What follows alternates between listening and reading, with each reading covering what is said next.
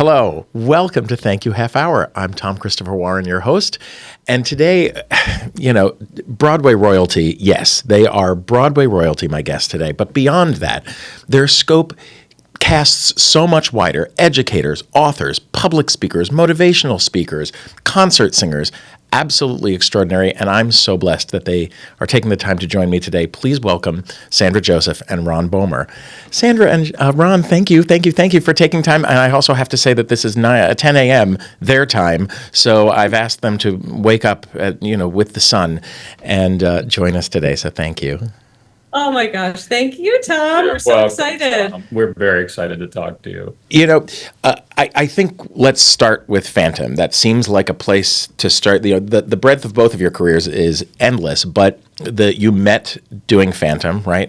And Ron playing the titular role, and Sandra playing Christine. And there are records to be spoken of. There are records both for both of you and for the show, of course. What has Phantom meant to the two of you? And that's a loaded question, obviously, and one you probably get a lot. But tell me about your history with the show and how it's inspired the two of you moving forward in your careers. I think the longest-running leading lady from Phantom should take that question first. That is the statistic to talk about, yeah. Broadway's longest-running leading lady, longest-running Christine, and in general, leading lady, which is just a staggering thing to think about. I feel so fortunate that it was that show that was a big break and was my great love.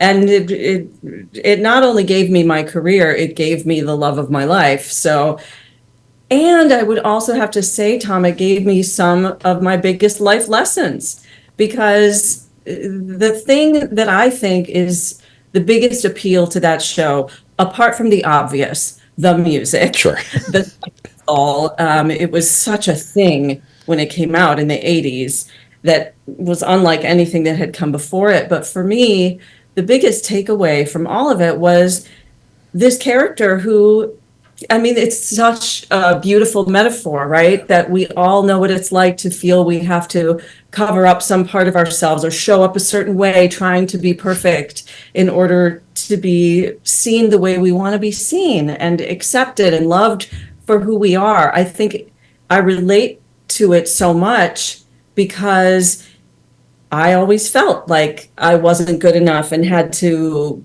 put on some kind of a mask in my life.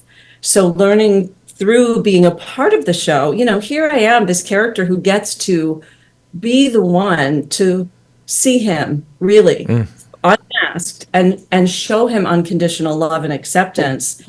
I think life sometimes gives us exactly what we need to learn. So learning not only to see others with that kind of unconditional love and acceptance, but to see the flawed, messed up person in the mirror that same way. I'm forever grateful that Phantom came into my life. I'm going to tell you a dirty little secret before I hear Ron's take on this as well. So Sandra has authored a book, Unmasking What Matters, 10 Life Lessons from 10 Years on Broadway. And we have been connected through a mutual friend, Eric Huffman, who toured with Ron and Mormon, right? Is that how we all know each other? Okay, great. Yeah, he's the greatest. One of the most talented human beings I've literally ever met. But Eric hooked us all up recently, a couple of days ago. And so this session was finalized recently. And so I thought, well, I'm not prepared. I'm not prepared to have a conversation with them in any sort of articulate manner. I'm going to read this book. I'm going to cram the book. That's what I'm going to do. I'm going to hit it. I've got to do it. I'm going to cram the book. And immediately cramming the book turned into reading the book, which turned into stopping and meditating on the book, and then ruminating on the exercises that are presented throughout the book. And I went, oh, I'm supposed to read this book now. Who knew? This book about recognizing self-sabotaging and how to navigate imposter syndrome that not only artists, but of course all artists navigate, but even muggles. You have made this book so universally appealing beyond the scope of theater practitioners, but always kind of bringing us back to the world of theater. So thanks for putting this book in front of me when apparently I'm supposed to read it, and at a time when I went, oh, I should give myself some grace today. And what a perfect opportunity to have a conversation with the two of you. So thanks for that. And everybody read this book. It's so good. Thank That's you. so awesome. Thank you for Thank you reflecting that. so much, It's Tom. That means beautiful. to me. That means the world to me. You know- Anybody who's written a book or written anything for them on their own knows it. You pour your heart and soul into it, and then you just hope and pray that someone receives it in the way you just reflected. So thank you. But that's what the two of you are doing, right? So I started my pitch to Eric when we decided he's going to help find some guests for me. And I said, it's really about inspiration. What inspired people to the theater? What inspires them to stay in theater? And how do they in turn inspire others? And he immediately went, oh, you need to talk to Ron and Sandra, because that's what they do. They inspire as a matter of course.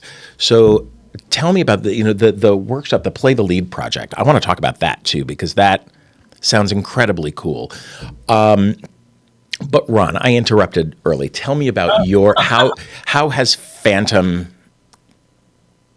influenced? Your obviously you had a huge Broadway career prior to Phantom and touring and regional, which I love the regional theaters that you've worked at.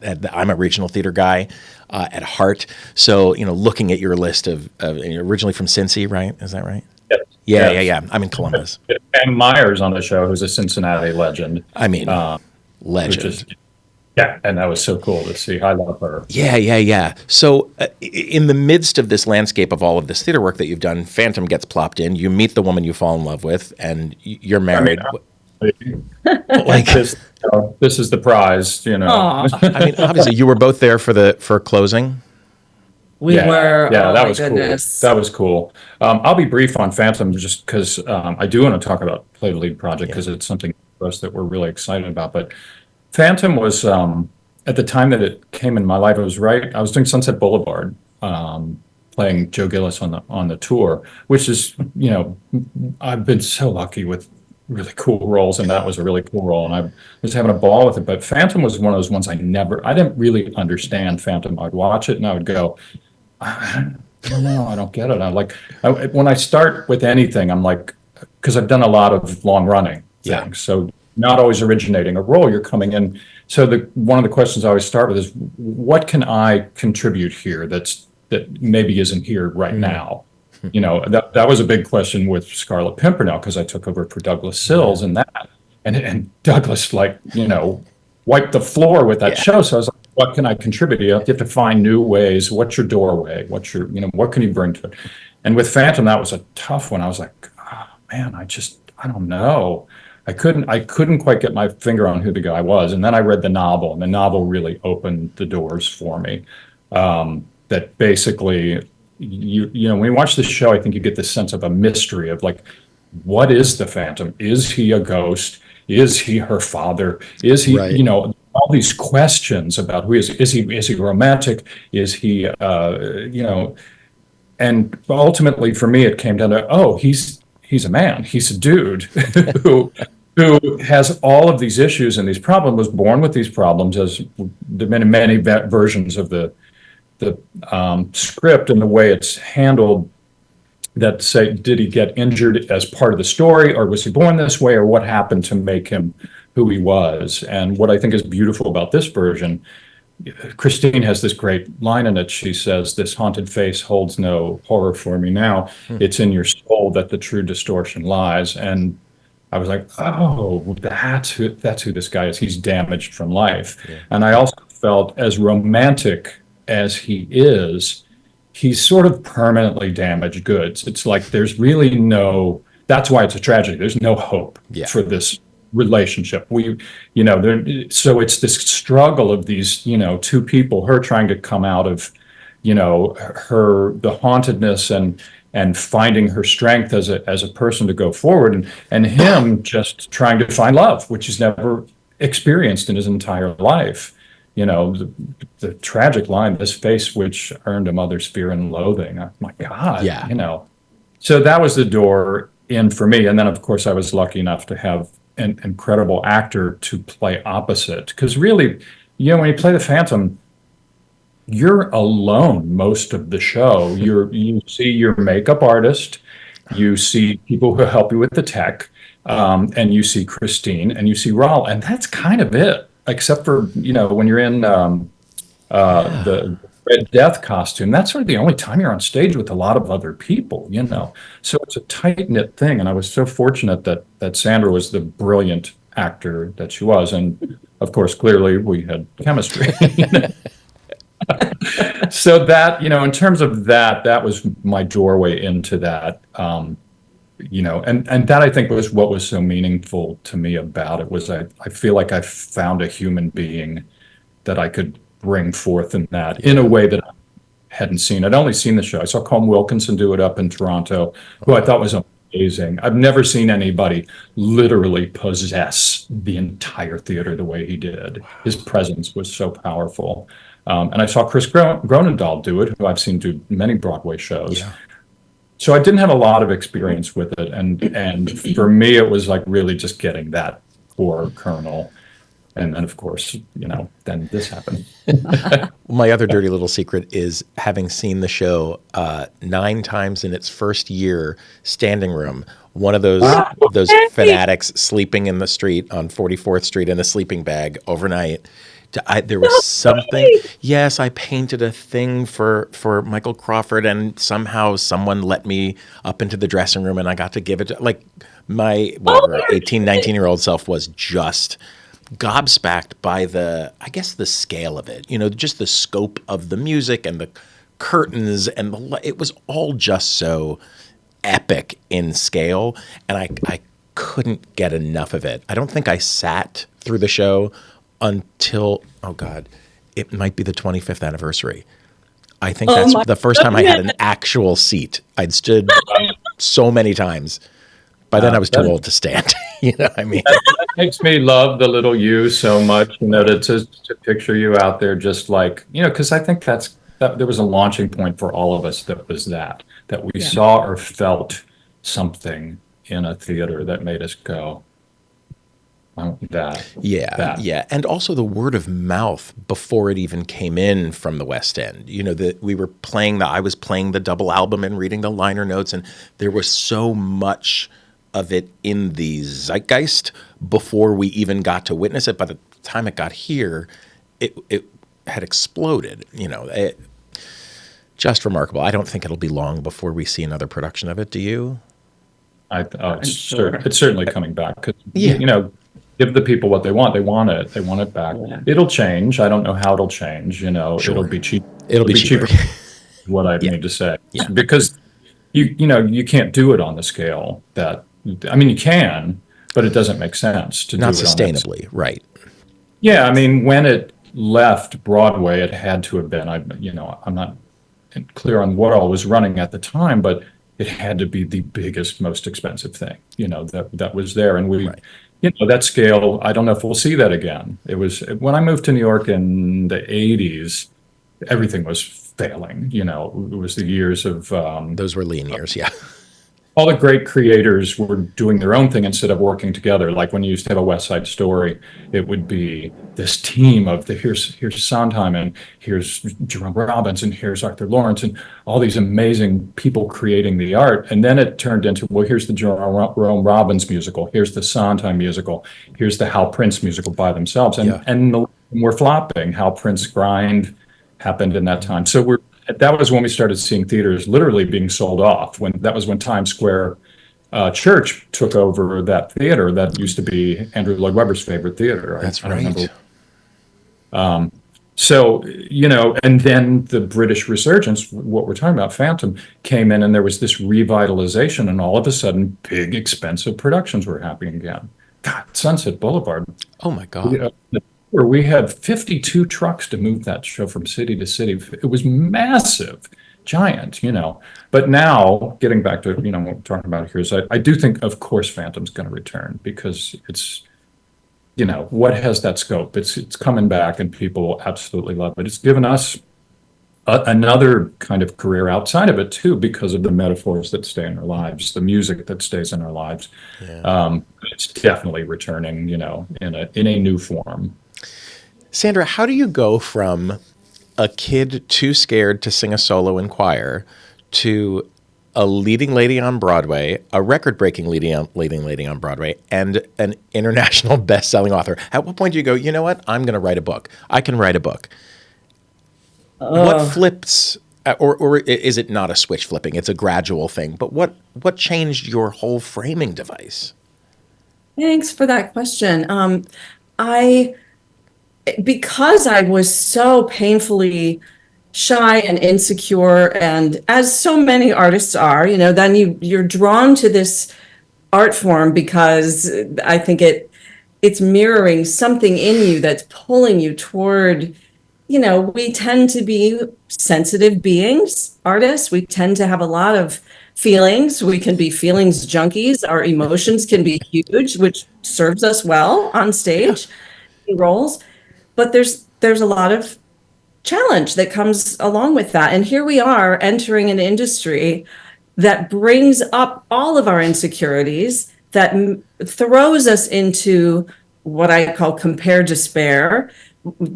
Everyone around me is better than me. You're getting rejected over and over and over again. I mean, it pokes at all of the things Ron was talking about with the Phantom. He's wounded. He's traumatized from childhood. We all are in some ways. Especially actors. We're all trying to get our shit, through the roles we play and through it. So because I was struggling so much, I got really interested in what's the way out of this suffering. And right alongside my study of music and theater and acting and dance and all of that, I was really throwing myself into study of personal development and psychology and human behavior, right? It's a track that goes right alongside the study of acting, learning about what makes us tick, what makes us suffer, and what's the way out of that suffering. So I learned so much and began this healing journey, really, honestly, Tom, after I got successful. I'm listening to Barbara Streisand's memoir right now. Oh my God, have you listened to it? Yeah. Oh, everyone listening, watching, you must listen to it. Don't read it, listen to it. It is so astonishing to hear her tell her stories. And she talks so much about just how emotion it translates. She talks about her own therapy. And I think we can learn so much from acting about ourselves, about other people, and all the lessons that I learned along the way started to make. Oh, she also talks about how she was fearless when she was young. It wasn't until she got really successful that the insecurity happened. Wild. Yeah. She mentioned that with Judy Garland. And once she got to know Judy Garland, and she was so famous and brilliant, but then the expectations on you are so high. And you feel that everyone around you is just waiting for you to fail. And when I was at the height of my career, the pinnacle of my success, Did you see fabulous. Our camera just did some fireworks. Yes. Oh, I wonder. We must have some weird setting. As you said, height of your career, it was like, shut up. Yeah. Magical moment. Anyway, at the pinnacle of my success, I think I was the most depressed, insecure, imposter syndrome, neurotic that I'd ever been. And that's when I got really heavily into therapy and what's going to help me out of this. And along that journey, I learned so much that I wanted to share it. And I knew by the end of my Broadway run with Phantom that I wanted to shift into something else. I had a message to share that I thought would help other people. When Maya Angelou said, when you learn, teach, when you get, give. And I wanted to give it. So I knew there was a book in me. I want to add to that too, That's wild. Remarkable was that she was very clear, like when Phantom ended, she was very clear, like, I think I'm done with acting. I'm not, and she really was. She didn't want to pursue auditioning anymore or anything like that. So it was now like which I admire so much about that moment in her life, that moment when you came to, like, how do I use what I have and she'd been, exploring this her entire life.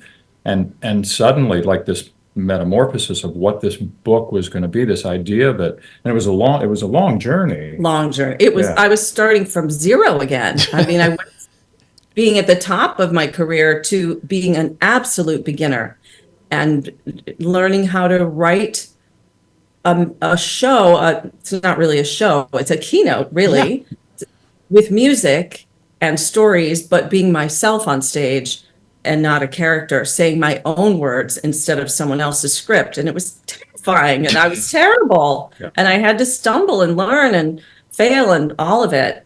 So it was a fun second go round of the journey. But how liberating too. Thanks. Yeah, it has been. It's the most rewarding work I've ever done. Is it? Because I get to actually meet the people and talk to people and hear their stories and hopefully give them some things that will help. And the Play the Lead project that we're doing now for young people grew out of that. And so getting to hopefully touch the lives of some young people and give them some tools so that they don't suffer as long as I did. I mean, what could be better than that? Yeah. Yeah. It's a challenging journey between being an artist and a human being, because your suffering serves you so much as an artist. It's kind of needed in some ways. And yet we have to do this thing as surviving this industry, which the book, by the way, is not written at all specifically for people in the industry. It's for everybody. Yeah. How do we deal with, the challenge, the trauma, the joy, all of it, the overwhelm of life, in a way that we can wake up every day in a really positive and happy place. And that journey, particularly for artists, is challenging because we do hold on to our trauma. We hold on to our pain and all of those things. And you've got to, it's this, life becomes this funny balancing act of saying, yes, these things happen to me. I carry that with me. And yet here I am in this moment, breathing this air right now, being present with you in this moment, open to all of the beautiful possibilities that are out there. And now you're sharing that with young people and your own kids, right? We've got a Wicked debut happening or happened when it's like imminent. Our daughter, Sandra's stepdaughter, my daughter, Austin Danielle Bohmer, I'm so proud of her. I'm so proud of both my girls. We have two daughters. Cassidy, my older daughter, is a doctor in Oakland, California. She's an OBGYN. And her and her partner, Kat, her wife, Kat, they've just had their second grandchild. Oh my God. Yeah, so that's Oh, cool. wow. Yeah, we've got Oslo and now Nellie, so a boy and a girl, which is so cool. And Austin she's been pursuing this for a while. Like we saw in high school, she did Elle Woods in Legally Blonde, and that was the moment because it was so terrifying for me. We're like, she wants to do this now. It's like, oh my God, because we know You walked it, right? how hard it can be and all that stuff. And we saw her do that, and I was like, "Yeah, she needs to do this. She's gonna be okay." It's just, and she's had a journey. She's done some off-Broadway stuff. She was in Diana the musical on Broadway, and been through the pandemic and that whole ride, that stuff with what it did to the industry, and it was never on her radar to do Wicked. Like, she wasn't working on the music, and she wasn't, thinking about either of those characters, whether she'd be Elphaba or Glinda or whatever. And the opportunity came to audition for it. I think her manager just said, you want to go in for this, and she's like, sure, why not? And we watched her audition tape. It's effing hysterical. Like, she's so funny and doing things that I had never seen, done with it before. I've seen the show maybe 3-4 times.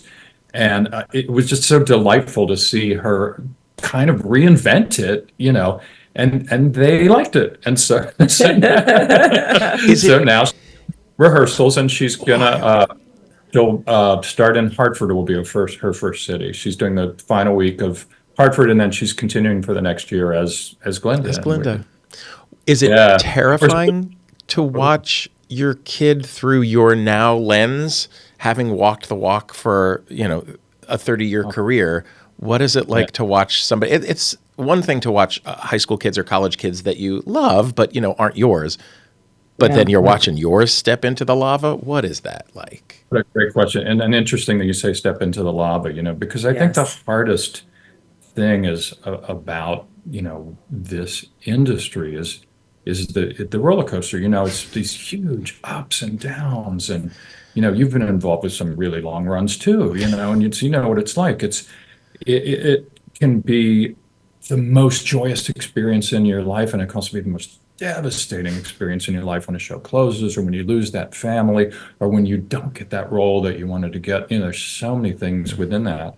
And the amazing thing with Austin is she's always had a real sense of herself, and I think this is such a good piece of advice to give to young actors, or to older actors, to people that that it really, your art is a piece of your existence on this planet, and she got that sort of from the beginning.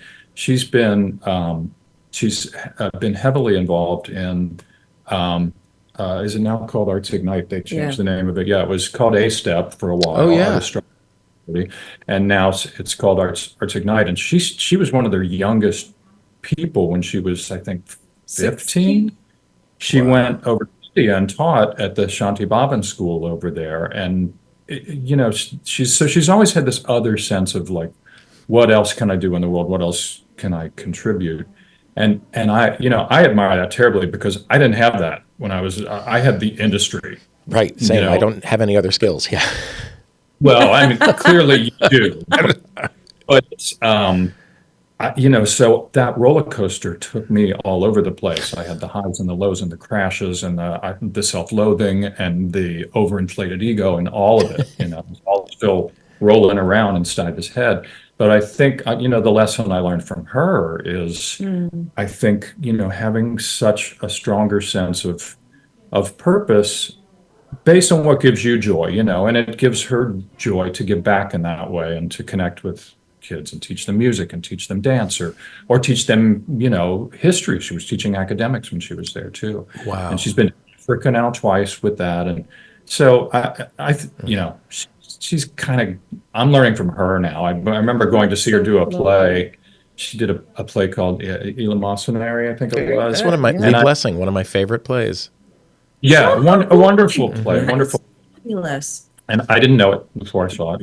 And, but I'd always been a little bit, and you had this with your dad too, growing up, where we'd kind of give him notes a little bit, like, well, think about this, and think about it in a positive and guiding way. And I remember seeing her and going that, and going, I can't be in that role anymore, because now I'm learning from you. I'm watching you and gaining new insights. Did she play Echo, the youngest, the granddaughter? Yeah. Yeah. She did. He Lee Blessing, I don't know his family history, but there's got to be some fucked up stuff there, because he writes such rich material for women. I'm glad to use the F word, because I've been trying not to. I think that is true. It's a brilliant play. And Austin's a brilliant young actor and a stunning singer, and just a really grounded, intelligent human being who knows who she is.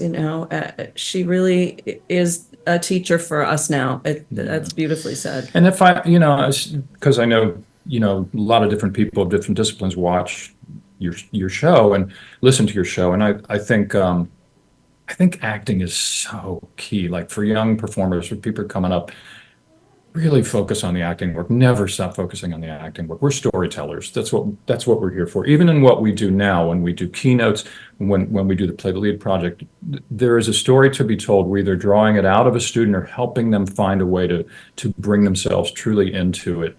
But inevitably, acting work is so critical, and so much of acting work is a lot of what we've been talking about, is like sort of stripping away and getting to the essence of yourself. So really focus on that, as I guess, the one thing I want to put forward to any, young musical theater performers that might be watching or listening to this today, because it's just really, really focus on that. The singing is important. All the disciplines are important, but, really if we believe you, you're golden. The singing and the dance, that's it's in the moment, but that discipline is years and years of training. Acting is as well, but the storytelling you do in that very moment, and Sandra talks a lot about it in the book through the audition process for Christine, right? Being really present. Any of us who've sat behind the table at any point can attest that there's not a whole lot of dynamic storytelling happening. And it's often because we self-sabotage or because of whatever reason. The voices are fabulous. They got to be there. The dance is fabulous. It's got to be there. If you're not telling me a story, I get bored. That's me as an audience member. I get bored. So I'm focusing on the storytelling all the time. You had referenced that Sandra gave up acting, and I internally said, bullshit. You're storytelling throughout your keynote speaking, throughout you're constantly telling stories. Yes, your own stories, but still. Yeah. Oh, absolutely. Yeah, it's different. And referring back to that too, because I'm now doing keynotes with Sandra. We do a joint keynote. Amazing. And that I did a friend of mine, Monica Patton, she started booking for the Hunt and Fish Club. She started booking cabaret acts, and she asked me to do one. I'd never done one. And I was like, okay, well, this is an opportunity. Let's try to do it. And You'd never done a cabaret? Have I? No, I don't think I did. I did it Not really. when I did after Pimpernel. I knew Pimpernel was closing. I was doing it on Broadway. It was before the tour, and they let us know it was closing. And I had this drawer full of songs that I had not done. So I'm a songwriter too, as well. I have 3 albums now, and so I didn't want those to just die, and I needed a project to deal with, like the roller coaster. I knew I was headed for a crash from, oh no, my God, Scarlet Pimpernel's closing. So I developed those songs, and I did them in a live show that we recorded and released as my second album. But I barely spoke to the audience. It was a concert. It was a concert. It wasn't a cabaret show. I didn't tell any personal stories. Okay. And discovered as Sandra's career was developing, and she was telling these personal stories that she shared in her book and that she now developed into the keynote and all that. I discovered, oh my God, I am absolutely terrified of telling people anything about my personal life. And I was like, that's messed up. So when this opportunity came to do the show, I was like, okay, I'm going to go there. I'm not going to do necessarily maybe the show that people would want to see, the greatest hits show, but really dive into these stories, and really. And those things. So when I did that show, that became the fuel for us to potentially do a keynote together, because all of a sudden it was like, oh, I get this different role of, yes, still being a storyteller, but it's your story reflected to somebody else. And that in turn generates a story for them that they want to then be in dialogue with you and say, oh, well, I get that. I want to talk about that with you when this happened to me, so I don't know, chime in here for me. Do the two of you have similar writing styles? Do you write consecutively, Ron writing songs and Sandra working on the book, or? Wow, that's such a great question. We, when we first started working together, and this is an amazing partnership, We've been together since 1997. Yeah. And married since 2002. Yeah. That's incredible. When we started sort of crafting shows together, it's like our biggest source of conflict. Yeah. Because we know what is the best way to do something. Yeah, obviously. We're both writers. It should be this. You know. We even can't, it's really hard for us to even come up with a set list for a concert together, because no, this ballad needs to go here and this. It's tough. Yeah. It is tough. We It's still tough. struggle. But The tempo with every little thing about it. Yeah. We both are certain that our way is the right way. Yeah. But we're starting to get, I believe, good at it. Like, we're starting to really enjoy the process of really kind of crafting things. And, when you can surrender, take your director hat off and go, oh, in my actor hat, now that I'm just jumping in and doing this, oh, we're going to put this song with that song, based on whatever the true story that we're telling is. There's a surrender to it that come to appreciate and find the beauty of that as well. I think we're collaborating way better now. We've had to work on that a lot. But how wonderful. What a gift. Yeah. Yeah, no, it's great. And learning how to take each other's constructive criticism and feedback and how to give feedback in a way that's going to be received the way you want it to. Yeah. It's an interesting challenge as a married couple. But the beautiful thing about it and the way that we're still performing, we perform for corporations, we perform for schools, for all these different that we do.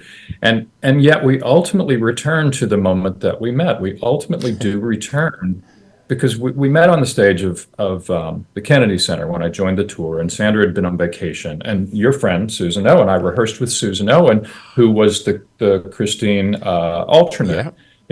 So she was the first Christine that I worked with, but I hadn't met Sandra. She sent me a lovely note, can't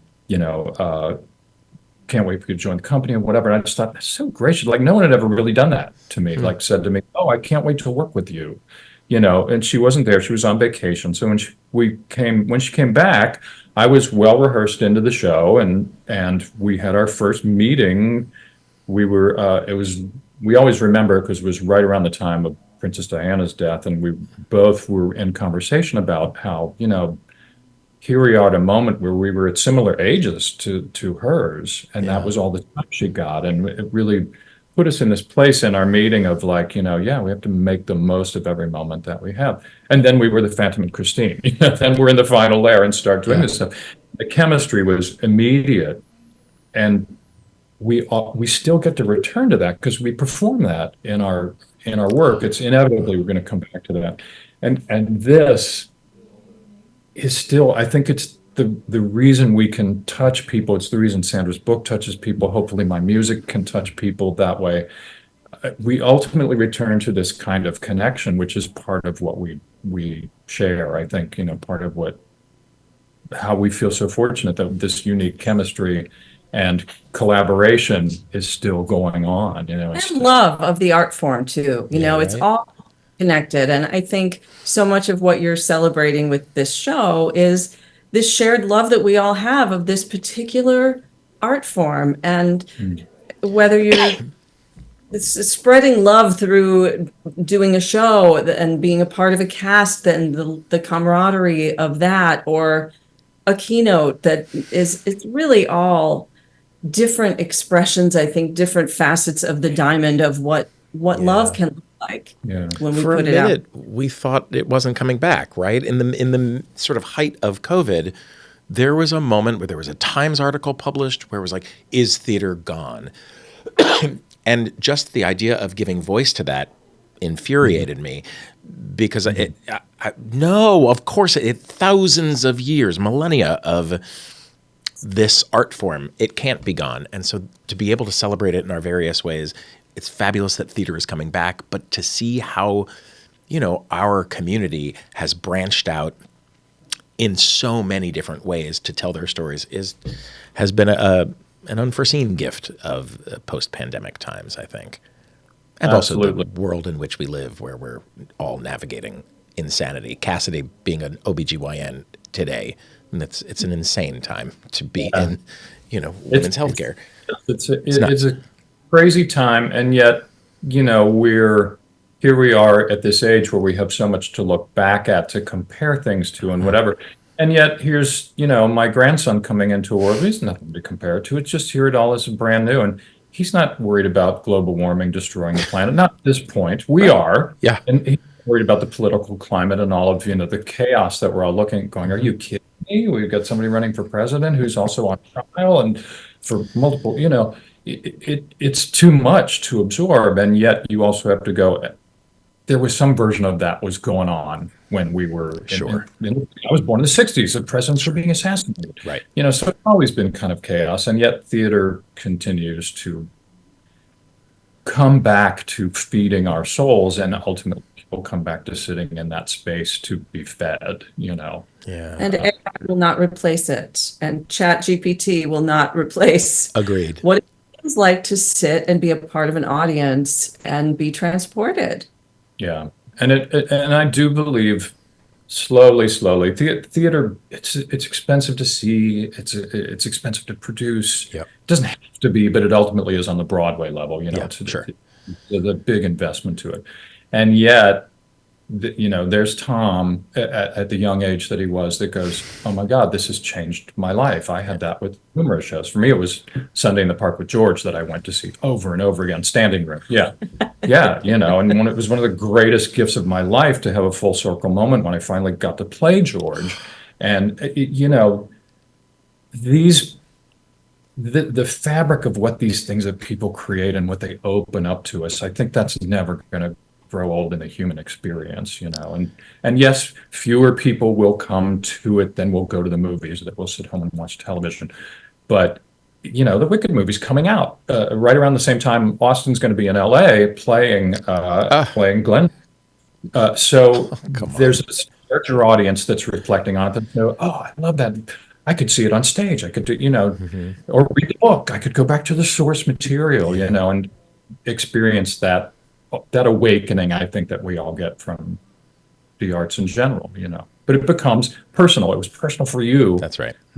Phantom became personal. Of course, it was the big thing, but it was how you felt. And the two of you are doing that to young people every time you do a keynote, every time you speak, every time you lead a workshop.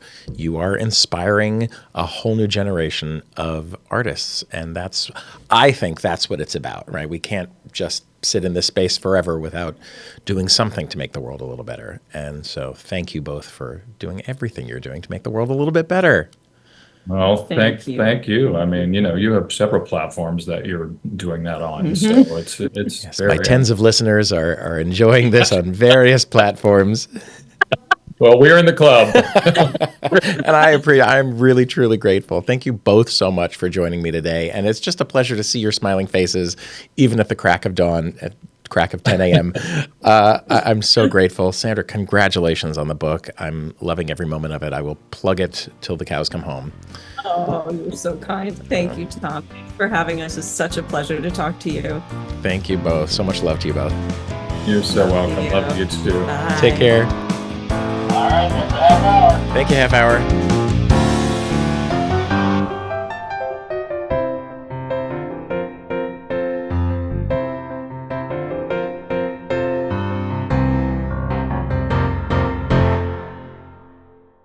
Boxland Media. Think big.